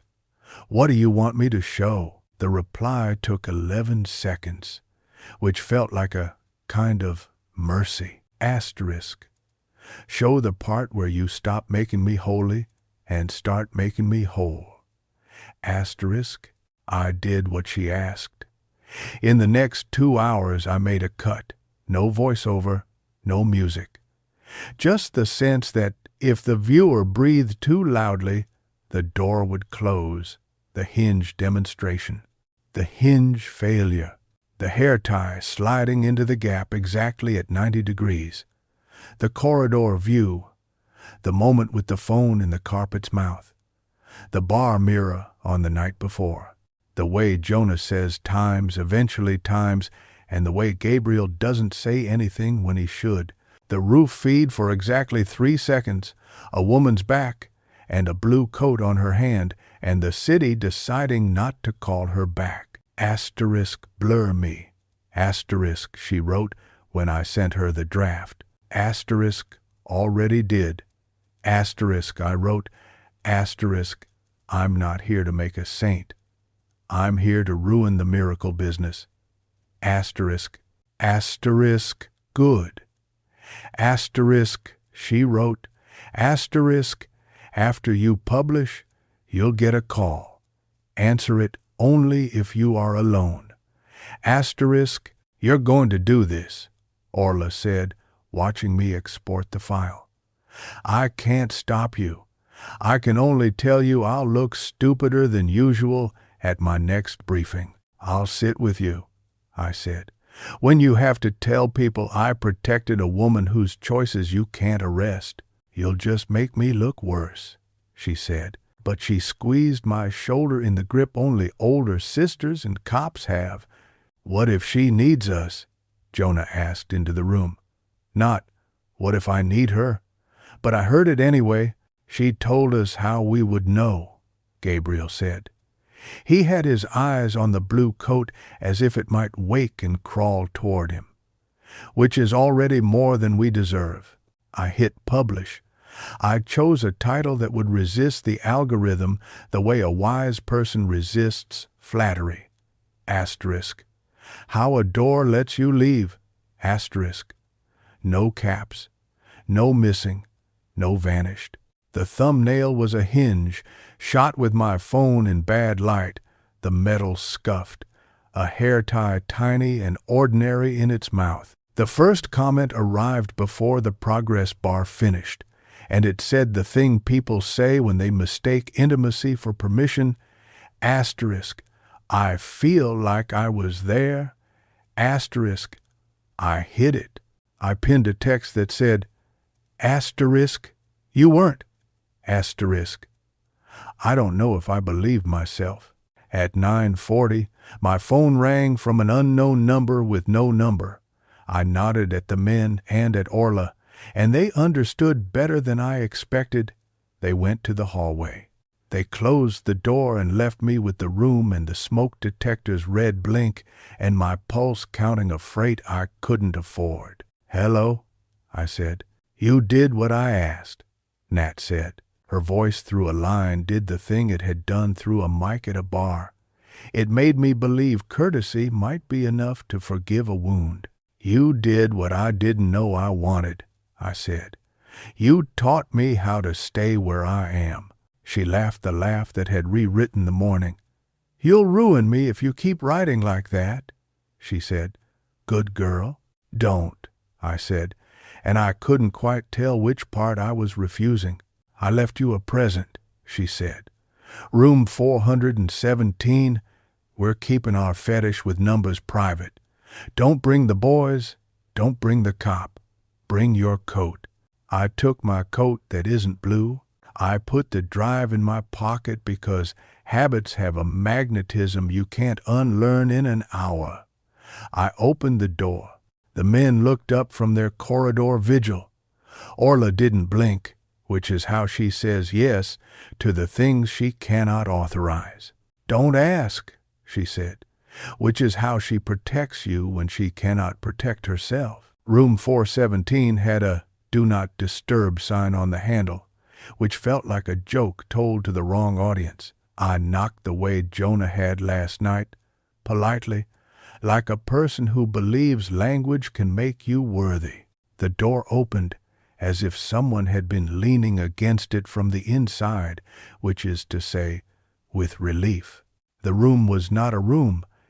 It had been turned inside out. The bed stood on its side against the wall like a witness forced to stand.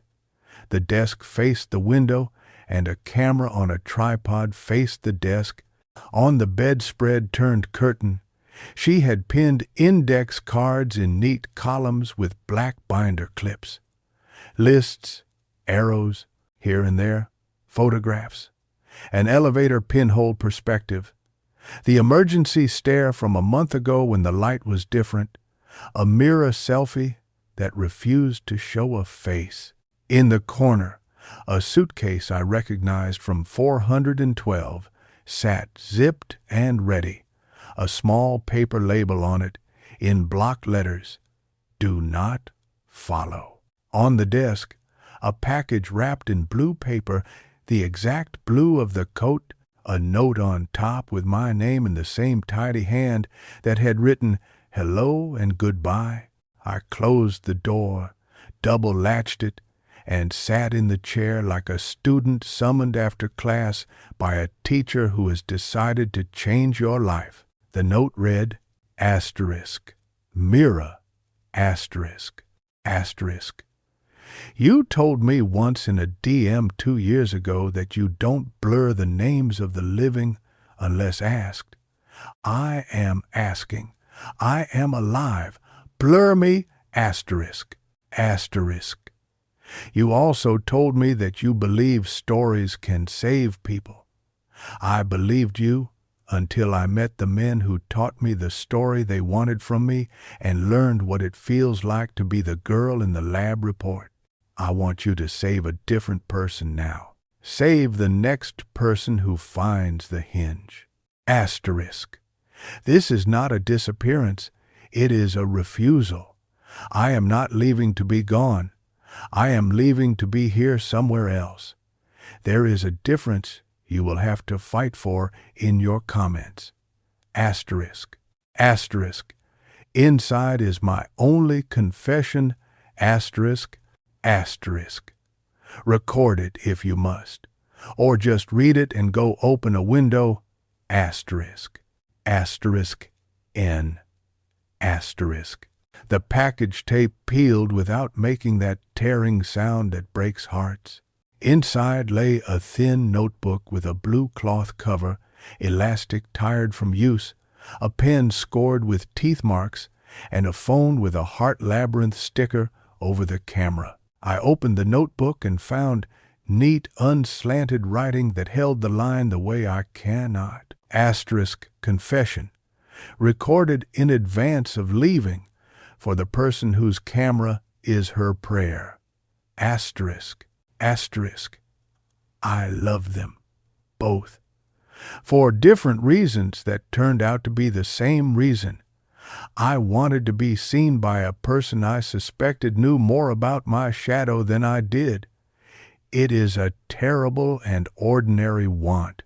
It is not a sin. It is a risk. Asterisk. Asterisk, I participated because I wanted to measure what I was made of and because the lab made it sound like a form of attention. Girls my age are experts at calling harm by prettier names. I did it with both hands and all my wit. That is my agency. Keep it intact when you speak of me. Asterisk. Asterisk, I was harmed. Not by one action, but by the accumulation of reframings. It's research. It's narrative. It's for your own understanding. It's love. There is a name for that, but it changes depending on which department is filing the form. Pick any and then say them all. Asterisk, asterisk. I built Asterion Heart with a friend because I wanted a device that would let me watch them back. He is a bartender. Of course he is. He knows how to listen. He's the one who taught me to hide a lens in a gin bottle. He is not guilty of anything except being kind to a woman who asked for help with a thing men had told her she was not trained to do. Don't make him a savior either. Asterisk, asterisk.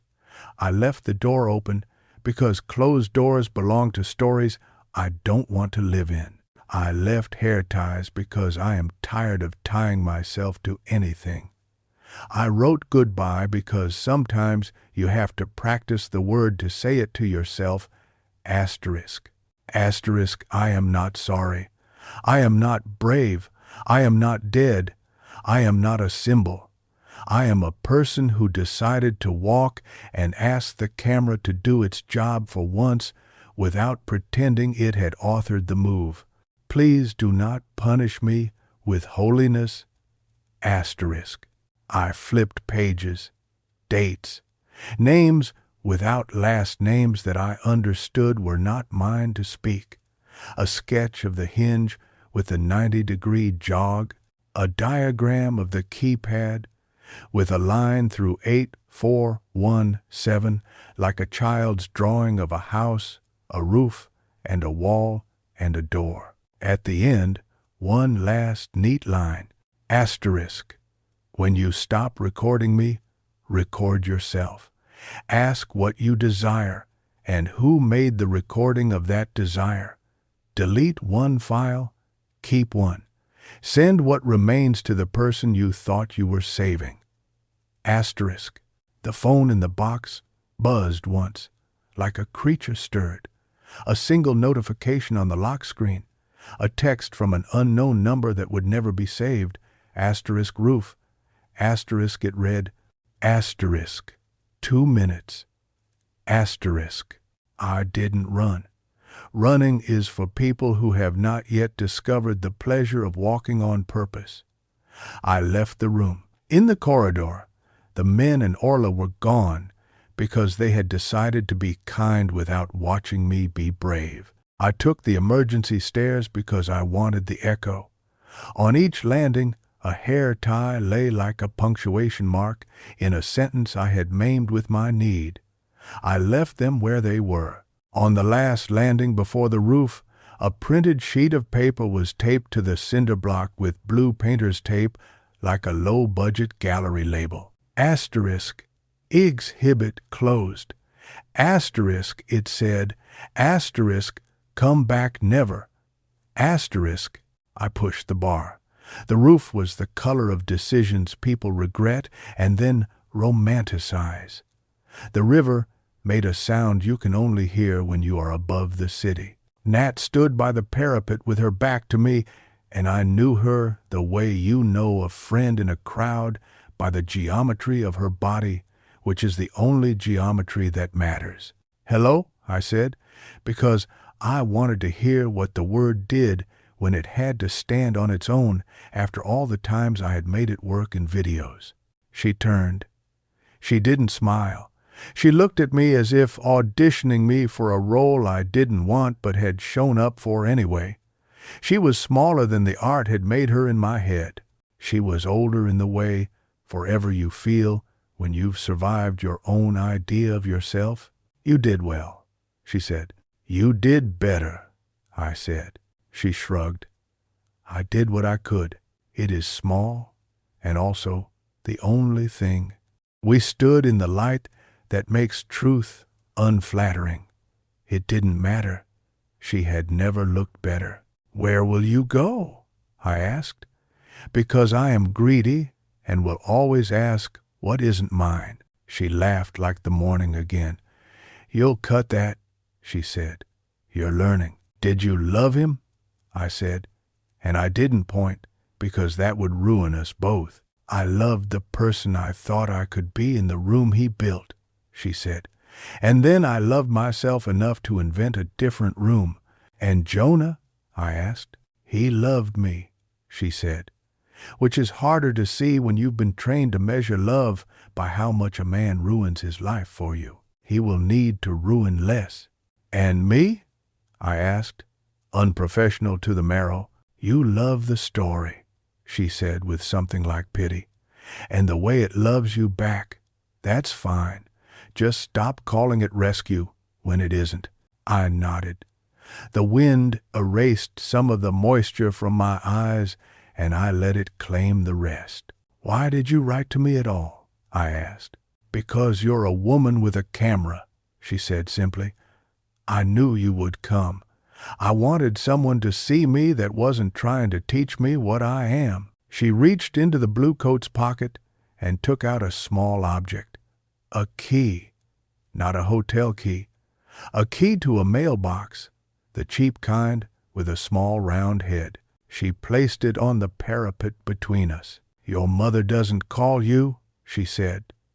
Find things that do. Is this a scavenger hunt? I asked, smiling despite myself. It's how you stay alive without pretending you make other people alive, she said. There's a box at the post office on 7th. It's not mine anymore. It will be yours if you want. Put things there that should not have to live on the internet. A kind of love moved through me then, the kind that feels less like lightning and more like someone turning on a light in a room you did not know you owned. It was not romance. It was not heroism. It was recognition. Goodbye, I said, because practice makes the words fit. Goodbye, she said, and did not tear. She put the blue coat over her arm. She climbed down a utility ladder on the far side of the parapet that I had not seen because the camera hadn't shown it to me. She walked across the neighboring roof, disappeared behind a blind wall, and did not appear again. I stood there until my phone buzzed with a message from Orla. Asterisk. You alive? Asterisk. Asterisk. Yes, asterisk, I replied. Asterisk. All of you? Asterisk, she wrote. Asterisk. Enough. Asterisk, I wrote back. And she sent a thumbs-up emoji that felt like a benediction delivered by a cop against her training. When I came down, the men were there. Jonah had been crying badly, the way men cry when they are alone with one other man. Gabriel had the expression of a person recalibrating his profession to include shame. He looked at me, and I saw in his eyes the part of him that had wanted my absolution the night before, and the part that now understood I couldn't give it. She's gone? He asked. And he didn't make it a tragedy, and in that moment I forgave him one small thing and no others. She left, I said, which is the verb that rewards the subject. She wanted to be seen, Jonah said. She wanted us to learn how to look, I corrected, and maybe the difference will keep him from making the next woman into a syllabus. We dismantled the set in 417. We left the hinge in 412 as evidence that doors have tricks. Orla took the nanny cam and the notebook, and I kept a copy on my drive because trust is a tissue that bruises. In the elevator down, a woman hummed the chorus to a song that wasn't Maps and wasn't Fast Car, and I felt very tender toward her for owning a soundtrack that had nothing to do with us. Outside, the inn breathed its missing letter. Across the street, the window where Gabriel had performed Shame and Need shone harmlessly in morning. The river did not flood. By afternoon, the video I had published was doing something weird. Not going viral, not being ignored, but making a path of medium bright dots across a certain kind of woman's group chats. I got 3 emails in a row from girls who said, asterisk, the hinge in my dorm does that. Asterisk, asterisk, the hinge in my father's study. Asterisk, asterisk, the hinge in the courthouse where I clerk. Asterisk, I answered every one. I said, asterisk, it's only a trick if you're not the one doing it. Asterisk, I said, asterisk, don't leave proof of life for anyone who does not make your life proof enough. Asterisk, I said, asterisk, if you want me to film a door and name it, I will bring tape and coffee and stay quiet. Asterisk, at 5, I went to the post office on 7th. I rented a box with cash and the key fit, and inside there was nothing because that is how faith begins. I slid the Asterion Drive's mirror I'd made for Orla into an envelope with the detective's name and the case number on it, and I mailed it to her, even though she already had one, because doubles are how we learn to trust that a thing exists after we close the lid. That night I edited again. Not fevered, not troubled, I cut the stream of Gabriel's hello to me down to the first time he said my name and removed the part where he told me not to fall in love with who I was trying to save. I replaced it with one sentence in my own voice, recorded at my desk with the window open so the city could make me honest. We confess, I said, not to be forgiven, but to keep the story from owning us. Today, I am not forgiving anyone. I am giving a story back. I sent the cut to him out of something I will call courtesy, and you will call flirtation, and neither of us will be right. He didn't write back that night. The next morning he sent a line, asterisk, I won't call you again. That is the best way I can love you. Asterisk.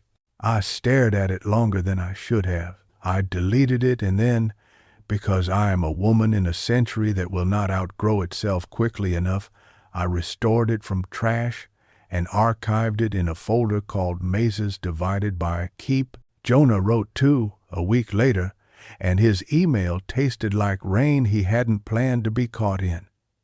Asterisk, we changed the system at work. Asterisk, he said. Asterisk, we removed the persuasion sequences you identified.